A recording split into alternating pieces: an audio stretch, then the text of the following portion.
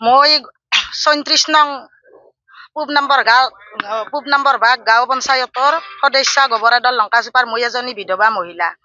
৮০০ টকাৰ পৰাই আমি অৰুণোদয় পাই আছিলোঁ, কিন্তু এতিয়া এই নতুন পঞ্চায়ত হবাৰ পৰাই আমাৰ অৰুণোদয়টো কাটি বেলেগক দিছি। কি কাৰণত দিছি আমি এইটো নাজানো। ব্লকক যাবা কৈছি, ব্লকক গৈছোঁ, DC অফিচক যাবা দিছি, DC অফিচক গৈছোঁ, কিন্তু এতিয়া আমাৰ ক'তো একোৱে নাই।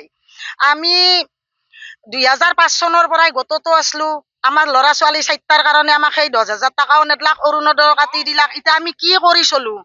আমাৰ ল'ৰা ছোৱালী কামলা হাজিৰা কৰে, কিন্তু আমাৰ নাই। যোনগিলাখান ধনী মানুহক তাহো অৰুণোদয় দিছি, পইচা দিছি। গতিকে এতিয়া আমাৰ চলবাৰ উপায় নাই। যদি আমি নাপাওঁ এই পইচাটো, অৰুণোদয়ৰ পইচা নাপাওঁ, তেতিয়াহ'লে আমি বিজেপি চৰকাৰক ভোট নেদাম, সেইটো খাটাং সিদ্ধান্ত। আৰু বহুত মহিলা ওলাই আহিছে, এখেতসকলে বহুত ক'ত দৰখাস্ত দিয়ে, ত'ত দৰখাস্ত দিয়ে, আজি দিম বুলি কয়, কালি দিম বুলি কয়, এখেতসকলকো নেদে। নমস্কাৰ। আমি এই ৪৬ নং গাঁও পঞ্চায়তৰ আমি এইখিনি ৰাইজ ওলাই আহিছোঁ। আজি আমি সেইহৰ পৰাই আমি সৰ্বানন্দ ছাৰৰ তেতিয়াৰ পৰাই আমি অৰুণোদয় পাই আহিছিলোঁ। আমি কি কৰোঁ আৰু কিমান বাইদেৱে পোৱাই নাই, অলপো পোৱা নাই। গতিকে আমাক এই নতুন গাঁও পঞ্চায়ত গঠন হোৱাৰ পিছৰ পৰা কি কাৰণত আমাক অৰুণোদয়খিনি কাটিলে তাক আমাক ক'ব লাগে, আমাক সেই কৰিব লাগে। সেইকাৰণে আমি আজি ৰাইজ ওলাই আহিছোঁ। কি কাৰণে আমাৰ অৰুণোদয় কাটিল? আৰু শুনা পাইছোঁ আমি তাৰমানে এই নতুনকে যিবিলাক মহিলাক অৰুণোদয় দিছে, সেইখিনি অৰুণোদয় পুৰণাখিনি কাটি ১,০০০ টকাকে লোৱা বুলি গাঁও পঞ্চায়তৰ সদস্যগৰাকীয়ে লোৱা বুলি আমি শুনিছোঁ, অভিযোগ শুনিছোঁ। তথ্য আমি দিব নোৱাৰি, কিন্তু মুখৰ কথাহে আমি শুনিছোঁ কথাখিনি। ১,০০০ টকাকৈ নতুন প্ৰতি সেইখিনিক লৈছে আৰু লৈ তেনেকে সিহঁতক নতুনকৈ দিছে অৰুণোদয়, আৰু পুৰণাখিনি কাটি দিছে। আমি এইটো এনে শুনাও কথা, কিন্তু আমি পইচা আমি পাই আছিলোঁ। আমাক কেনেকে পইচা খুজিব? আমি পাই থকাকে সেই আছিলোঁ না। সেইকাৰণে আমাক পইচা খোজা নাই, একো কৰাও নাই। আৰু এই নতুনকে যি ঘৰ আহিছিল, ঘৰ আহোঁতেও আমাক এনেকে বিজেপিৰ কেইটামান দালালি লৈ যায়, আমাক এনেকে পইচা খোজা হৈছিল। আমাৰ লগত গৈছিল, নামটো কি আছিলে মই ভালকৈ নাজানো, মই ইমান নাম চাম নাজানো আৰু মানুহ সেইখিনিৰ। কিন্তু নতুনকৈ গৈছিল, ফটো উঠাব গৈছিল, কিবা গৈছিল, যাই পইচাও লৈছিলে, লৈ সিহঁতে সেই কৰি দিছে। তাৰমানে আমাৰ ঘৰ কাটি দিছে। তেনেকুৱা কিন্তু বহুত ধনী মানুহে তাৰমানে বেলেগত ফটো উঠাই হ'লেও তাৰমানে সেই ঘৰ পাইছে, কিবা পাইছে, লিষ্টত নাম আহিছে, কিবা আহিছে।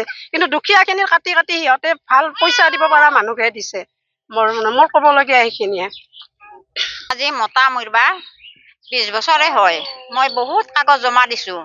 টিহুত দিয়া গেছি, টিহুৰ ব্লকতো দিয়া গৈছিল, টিহুৰ পৰা এতিয়া মথুৰাপুৰক আহিছিল, মথুৰাপুৰতো দিয়া গেছি। আজিলৈকে মই অৰুণোদয় পোৱা নাই, পেঞ্চনো পোৱা নাই, একোৱে পোৱা নাই। মোৰ বোৱাৰীও পোৱা নাই, মোৰ ল'ৰাও পোৱা নাই।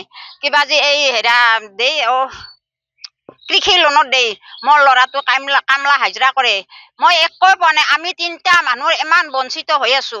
চবে দেখা পাইছে মোৰ ঘৰ ভাঙা হৈ গৈছে। এতিয়া বৰষুণ হেৰাত নপৰাতে, চকলত নপৰাতে আগে হেৰাতে পৰে, ঘৰতে পৰে। আপোনালোকে নিজে চাই আহিব পাৰিব। এইটো মই হেৰা কৰি একো নাই, বনে একো নাই। মোৰ আপোনালোকে চাই অহাৰ কাৰণত মই এইখিনি কথা ক'ব লগা বাধ্যতা হৈ গৈছো।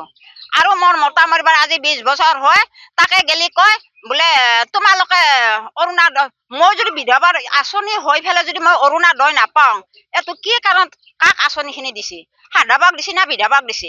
আপোনালোকে মুখত চাই পেলাই আপোনালোকে কওক কথাখিনি। আমি ইমান দুখীয়া মানুহ, আমাৰ মুখ চাই আপোনালোকে কিয় নকয় কথাখিনি?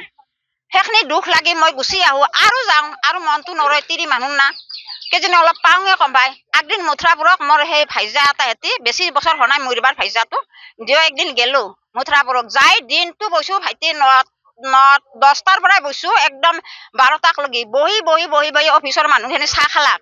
খাই আমি মাইকী দুটা বহি আছো, তাহাৰ বিবেক নাই বা এই মাইকী দুটা ইমান বৈছি। মই অফিচৰ ছাৰকো ক'লো, মোলো ছাৰ আমাক অৰুণোদয়খিনি কৰি দিয়ক, আমি একদম গৰীব মানুহ। সেনেকুৱাতে কৈছে, তুমি যদি বেছি কথা কৈ দিয়া, আমি তোমাক অৰুণোদয় নিদিম। কোনে কৈছে? অফিচৰ মানুহে কৈছে। তেখেতৰ নামটো নাজানো মই। ব্লকত গৈছিলো। তুমি যদি বেছি কৈ দিয়া, আমি তোমাক অৰুণোদয় নিদিম। ছাৰ আমাক অৰুণোদয়খিনি চাই দিয়কচোন, হয় না নহয়? কৈছে অৰুণোদয়টো আৰু হৈছে যা সেনেকে কৈছে ছাৰ। সেনেকে কওঁতে আমি দিও সেই নাৰৰ মাজেদি পথাৰেদি ছাৰ এই ইমান ৰ'দ দিছে, তাৰমানে দিয়ৰে মুখ শুকাই গৈছে ছাৰ। তথাপিও তাৰ সেই নহল, মৰম ভাৱ নাহিল ছাৰ। এইখিনি কৈ মই কথা সামৰণি মাৰিলো।